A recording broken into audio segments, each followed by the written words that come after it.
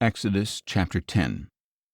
Then the Lord said to Moses, "Go to Pharaoh, for I have hardened his heart and the hearts of his officials, that I may perform these miraculous signs of mine among them, and that you may tell your children and grandchildren how severely I dealt with the Egyptians when I performed miraculous signs among them, so that all of you may know that I am the Lord."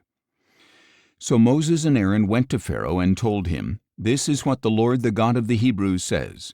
How long will you refuse to humble yourself before me? Let my people go so that they may worship me. But if you refuse to let my people go, I will bring locusts into your territory tomorrow. They will cover the face of the land so that no one can see it. They will devour whatever is left after the hail and eat every tree that grows in your fields. They will fill your houses and the houses of all your officials and every Egyptian, something neither your fathers nor your grandfathers have seen since the day they came into this land." Then Moses turned and left Pharaoh's presence.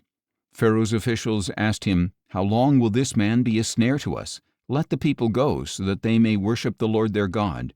Do you not yet realize that Egypt is in ruins?" So Moses and Aaron were brought back to Pharaoh.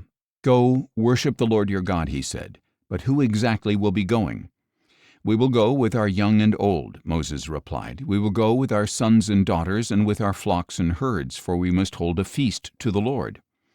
Then Pharaoh told them, "May the Lord be with you if I ever let you go with your little ones. Clearly you are bent on evil. No, only the men may go and worship the Lord, since that is what you have been requesting." And Moses and Aaron were driven from Pharaoh's presence. Then the Lord said to Moses, "Stretch out your hand over the land of Egypt, so that the locusts may swarm over it and devour every plant in the land, everything that the hail has left behind." So Moses stretched out his staff over the land of Egypt, and throughout that day and night the Lord sent an east wind across the land. By morning the east wind had brought the locusts. The locusts swarmed across the land and settled over the entire territory of Egypt. Never before had there been so many locusts, and never again will there be.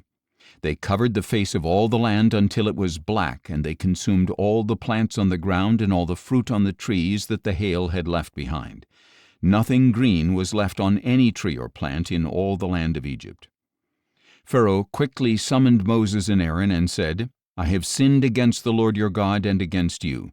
Now please forgive my sin once more and appeal to the Lord your God that he may remove this death from me." So Moses left Pharaoh's presence and appealed to the Lord, and the Lord changed the wind to a very strong west wind that carried off the locusts and blew them into the Red Sea. Not a single locust remained anywhere in Egypt. But the Lord hardened Pharaoh's heart, and he would not let the Israelites go. Then the Lord said to Moses, "Stretch out your hand toward heaven so that darkness may spread over the land of Egypt, a palpable darkness." So Moses stretched out his hand toward heaven, and total darkness covered all the land of Egypt for 3 days. No one could see anyone else, and for 3 days no one left his place. Yet all the Israelites had light in their dwellings.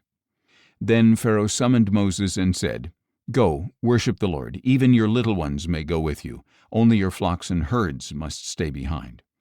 But Moses replied, "You must also provide us with sacrifices and burnt offerings to present to the Lord our God. Even our livestock must go with us. Not a hoof will be left behind, for we will need some of them to worship the Lord our God, and we will not know how we are to worship the Lord until we arrive." But the Lord hardened Pharaoh's heart, and he was unwilling to let them go. "Depart from me," Pharaoh said to Moses. "Make sure you never see my face again, for on the day you see my face, you will die." "As you say," Moses replied, "I will never see your face again."